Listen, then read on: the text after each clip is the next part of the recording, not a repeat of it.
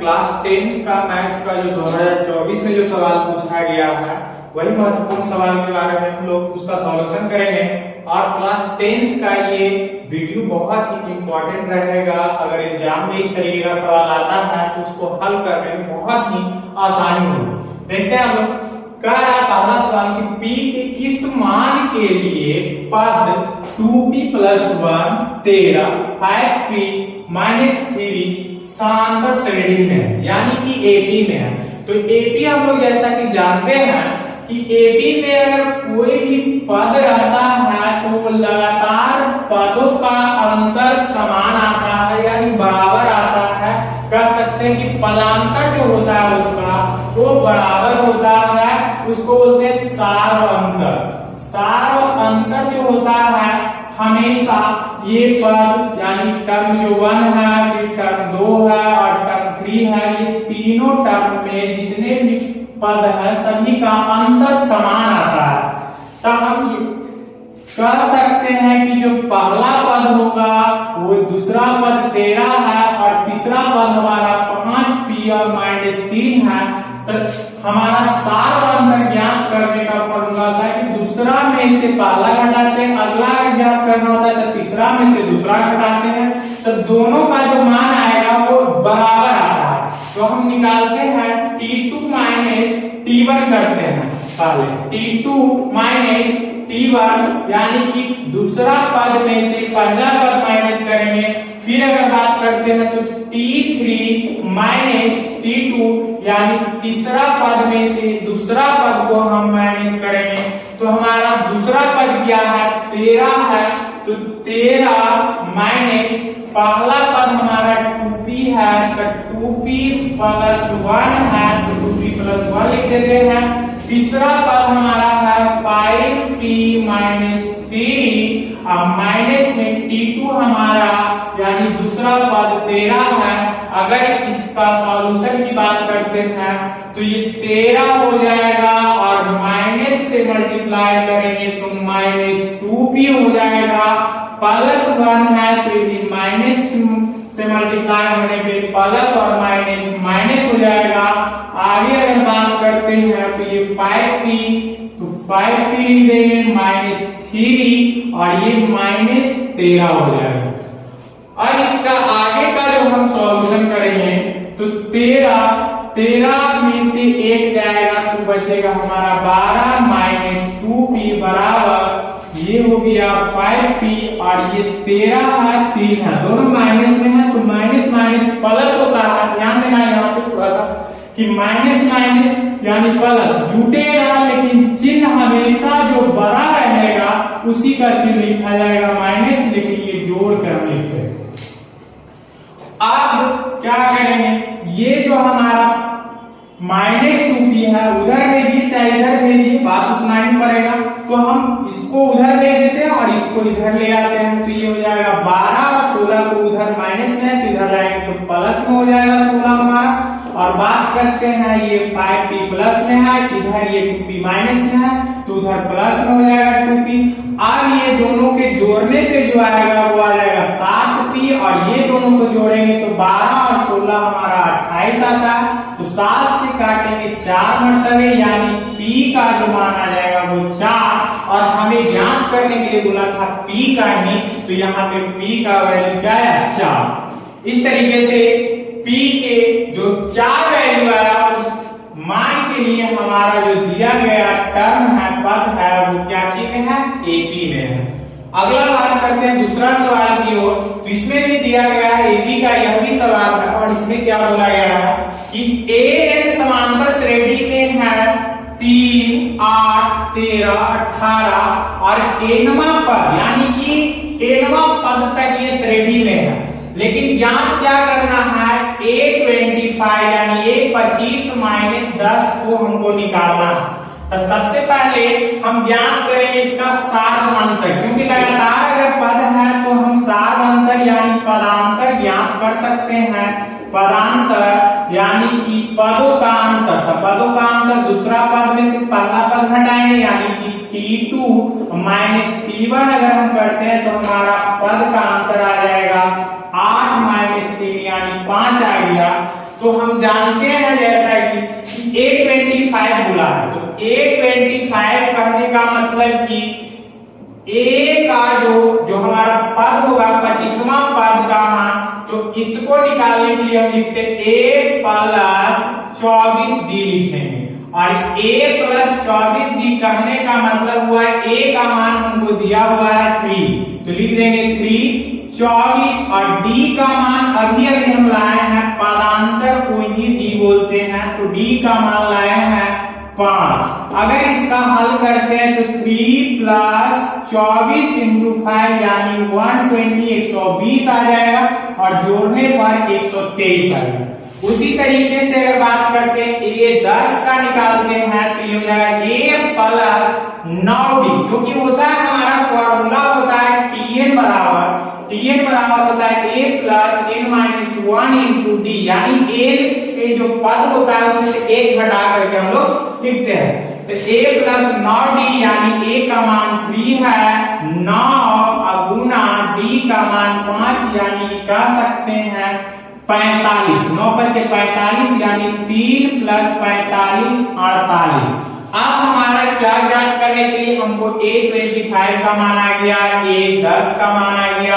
अब निकालना हमको दोनों का अंतर, तो घटा देंगे A25 माइनस A10 यानी कह सकते हैं 123 माइनस 48, घटाने के बाद आएगा 13 में से 8 गया 5 बचेगा, 11 में से 4 गया 7, यानी 75 जो आएगा वो कह सकते हैं A25 माइनस A10 का वैल्यू हमारा आ जाएगा।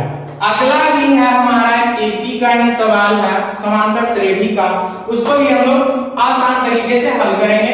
जैसे इसमें बोला गया है कि दूसरा पद यानी कह सकते हैं T2 हमारा दिया हुआ है, इसका पांचवा पद यानी T5 भी हमारा दे दिया है, टर्म यानी कि जो T का मतलब होता है टर्म, यानी कि टर्म 5 भी हमें प्राप्त है 25, तो हम लिख देंगे पहले कि दूसरा पद हमारा क्या है, यानी टर्म नंबर ऑफ टर्म हमारा T2 बराबर दे दिया है 13।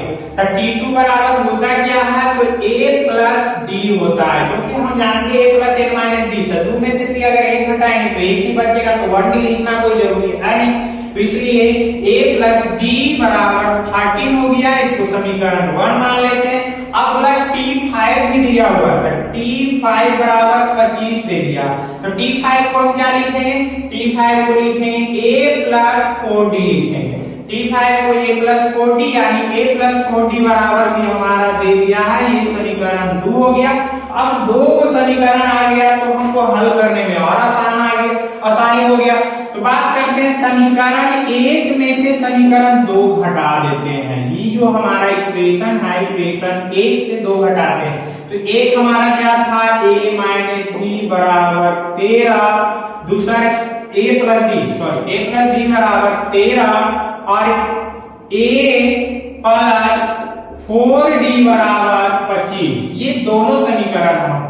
अगर बात करते हैं कि इसको घटाएंगे तो चिन्ह चेंज होता है, ध्यान देना है कि चिन्ह हम लोग चेंज करते हैं घटाते हैं, तो A से 1 कट गया, बाकी बचा ये 4 किसमें माइनस में, तो 4 में से तो माइनस प्लस, नीचे वाला चिन्ह को हम लोग देख के हल करें तो -4 प्लस D यानी -3D आ जाएगा, क्योंकि प्लस माइनस माइनस होता है, चिन्ह बड़ा वाला का हम लोग लिखते हैं, और ये जो हमारा आएगा -12 आ जाएगा, क्योंकि 25 में से 13 जाएगा तो 12 बचेगा, और ये जो माइनस हुआ माइनस माइनस खत्म, 3 से इसको काटेंगे 4 मरतबे, यानी D का मान 4 आएगा। तो कर सकते हैं कि पदांतर या सार अंतर भी हमारा क्या आ गया है, 4 आ गया। नेक्स्ट सवाल की ओर आगे चलेंगे, देखते हैं 3। अगला सवाल है कि x cos थीटा बराबर 1 tan थीटा बराबर 22, तो x square minus y square का क्या मान होगा। तो सबसे पहले हम देखेंगे कि x cos theta equal to 1 दिया है, तो x का मान निकाल लेंगे तो 1 बट्टा हो जाएगा यहाँ से cos थीटा, और 1 बट्टा cos थीटा बराबर होता है sec थीटा होता है, तो तो यहां से हमको पता चल गया कि x बराबर क्या है, sec थीटा, और y बराबर हमको दिया हुआ है कि y बराबर tan थीटा, यानी y किसके बराबर है, tan थीटा के बराबर है। तो हम x square minus y square करेंगे, तो x square minus y square बराबर हमारा क्या आ जाएगा, यानी कि कह सकते हैं x किसका मान है, sec, तो sec थीटा का होल स्क्वायर हम माइनस tan थीटा का होल स्क्वायर करेंगे तो आ जाएगा sec square theta minus tan square theta, और इसका जो मान होता है वो 1 होता है, तो कह सकते हैं sec square theta minus tan square theta बराबर 1, इसका मान आ गया। अब हमारा जो अगला जो सवाल है, तो इसको हम पहले ही बता दिए हैं कि अगर इस तरीके का सवाल आप लोगों को दिखे और रूट में रहे दोनों और यहाँ cos रहे, तो cos को हम sin से भाग देते हैं, यानी कि जो ऊपर वाला रहेगा तो ऊपर वाला में हम sin से भाग दे करके बना सकते हैं। जैसे 1 है तो 1 बटा sin थीटा प्लस cos ए है तो a sin a और cos a बटा sin a, बाकी इसको जो हम हल करेंगे तो 1 बटा sin a बराबर हमारा आ जाएगा cos a plus cos a बटा sin a बराबर होता है जाकर के cot a, तो ये हो गया आपका इसका answer cosec a plus cot a। अगला सवाल की ओर हम बढ़ेंगे तो ये देखेंगे दोनों का सम पूछा है और दोनों जो संख्या है वो रूट में है, तो रूट वाले सवाल को हम बहुत ही आसान तरीके से हल करते हैं। ये रूट यानी 64 है, तो 64 की अगर बात करते हैं 64 बट्टा 81 है प्लस रूट में ही है ये 16 बट्टा 9। तो सबसे पहले क्या करेंगे, इसका रूट के अगर बात करते हैं तो 64 का वर्गमूल 8 होता है और 81 का 9 होता है, प्लस ये जो अगर बात करते हैं तो ये हो जाएगा क्या चीज 4 और ये होगा 3। अब दोनों को सम करेंगे, जोड़ेंगे, तो हम सबसे पहले एलसीएम लेंगे तो 9 आ जाएगा, तो ये 8 हो गया और ये 4 किया के बाद 12 8 20 बट्टा के 9, जो कि हमारा एक कौन सा संख्या, ये परिमेय संख्या प्राप्त हुआ। आगे बात करते हैं 7वां नंबर सवाल, तो कह रहा है 156 है और उसको जो 2 के घात 1 है, 3 के घात y है, 13 के z है, तो हम इस फॉर्म में तोड़ेंगे, 2 के घात के फॉर्म में पहले 156 को तोड़ेंगे, तो हो जाएगा 2 गुना 3 गुना 13 कर लेते हैं, तो कितना हो जाएगा, अगर इसको गुणनखंड करेंगे तो 2 तो 13 13 दिया 39 39 गुना 78 हो जाएगा, 78 गुना 8 गुना 16 और बात करते 7 गुना 14 और 1 15, यानी कि 1 2 और यहाँ हमारा घट रहा है, तो 1 2 और मल्टीप्लाई कर देंगे, यानी 2 into 2 into 3 into 13 यानी 13। तो 2 के घात क्या हो जाएगा, यहाँ से हम लोग देखेंगे तो 2 के घात 2 हो जाएगा, तो 4 4 या 12 12 और 13 को हम मल्टीप्लाई करेंगे तो 12 किया के 36 हो जाएगा और 12 यानी कि कह सकते 156 आ रहा है, तो यही हमारा 156 का राइट फैक्टर हुआ। 2 गुना 2 गुना 3 गुना 13, तो 2 के स्क्वायर 3 के ना कुछ तो 1 घात हो गया और 13 के ना था 1 घात। अब हम देख सकते हैं यहाँ से कि x यानी 2 के घात का क्या था x, तो x का वैल्यू क्या आ गया हमारा 2, y अब किसका घात था तो 3 का, तो यानी 3 पर घात हमारा 1 है, तो यानी y का मान 1 हो जाएगा। 13 यानी z था 13 पर घात, तो कह सकते हैं z का मान ही क्या है a। अब यहाँ से पूछा है x plus y plus z का मान, तो हम तीनों को जोड़ेंगे, x का मान क्या आया 2 आ गया, y के मान 1 और z का मान 1, यानी कह सकते हैं 2 प्लस 1 3 और 3 और 1 4 आ गया हमारा आंसर। आगे इस तरीके से बात करते हैं कि कोई संख्या है जो दिया गया है आपका 0.105, इसको लिखना है p बट्टा 2 के पावर n गुना 5 के पावर n के फॉर्म में। तो सबसे पहले हम इस संख्या का दशमलव हटाएंगे और दशमलव हटाने के बाद जो हमारा नंबर कितने डिजिट के बाद दशमलव का स्थान है तो 3, तो 1 पे हम 3 जीरो देते हैं और 1 पर 3 जीरो देने के बाद इसका हम हल करते हैं। तो इसको अगर तोड़ेंगे, फैक्टर तोड़ेंगे, गुणनखंड तोड़ेंगे तो ये हो जाएगा 21 25 75 से होता है यानी 105 हो जाएगा। और इसको अगर तोड़ेंगे तो टूटेगा 1000 है तो इसको तोड़ेंगे 500 गुना 2 और 500 नहीं तो 100 गुना 100 कर देते हैं, 100 गुना 100 यानी 100 गुना 10 करते हैं। 100 गुना 10 अगर तोड़ते हैं तो ये हमारा आ जाएगा 21 गुना 5 बटा 100 को लिखेंगे 2 गुना 2 4 25 चौके 100 यानी 5 गुना 5 कर सकते हैं। और ये इसको भी तोड़ेंगे तो 2 गुना 1 5 10 टूट गया, 5 गुना क्या 100 को 5 25 25 400 यानी 5 गुना 5 2 2 और 2 5। अब यहाँ से 1 5 तो 1 5 तो कट गया। अब हमारा क्या बचा, यहाँ पे ध्यान देना 21 बच गया। अब बट्टा में 2 का घात कितना होगा, 1 2 है 2 और 3 यानी 2 के पावर 3 हो गया गुना 5 के वो है 2 को है तो 5 के पावर 2। यही हमारा आंसर हो गया। अब ये सवाल की ओर हम लोग बढ़ें। चलिए नौवां सवाल हमारा tan 5 degree into tan 25 degree into tan 30 degree into tan 65 degree और tan 85 डिग्री।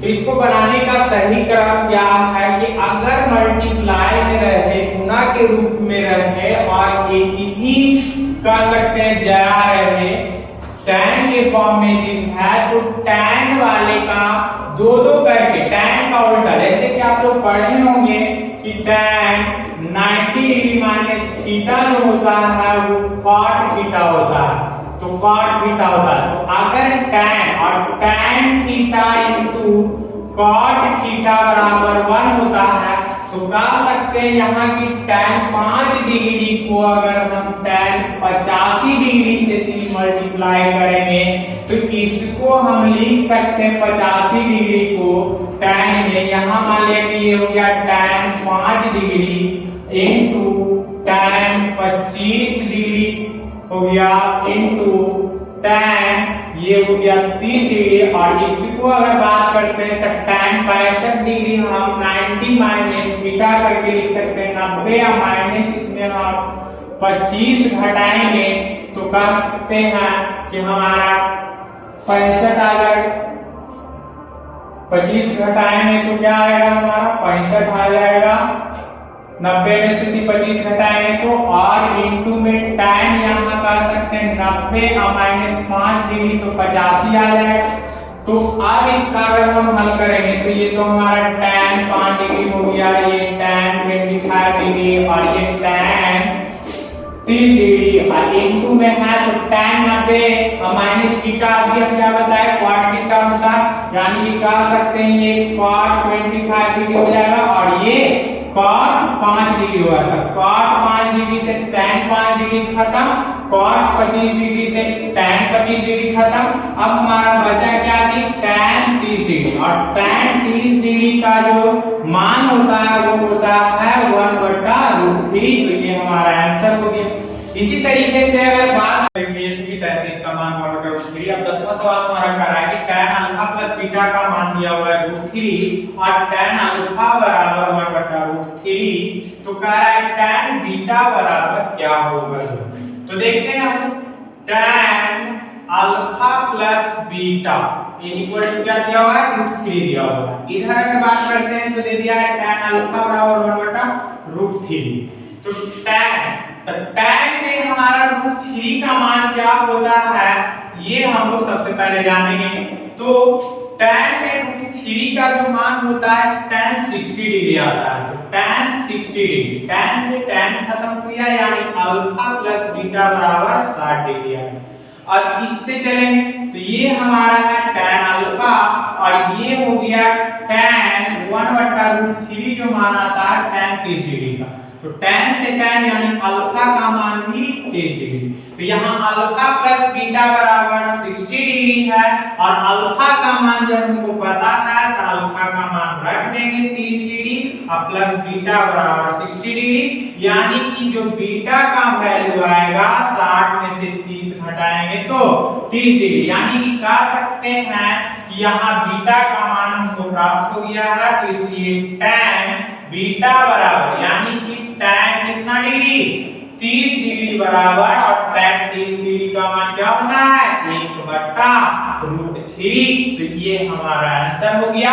और ये आप सभी लोगों के लिए 10 महत्वपूर्ण सवाल है, इसका आप लोग प्रैक्टिस करें, और हो सकता है ये सारे सवाल एग्जाम में आने वाले हैं दृष्टिकोण से, उसी के पैटर्न पर हमने बताया है, तो आप लोगों को बहुत बहुत ज्यादा बेनिफिट होने वाला है।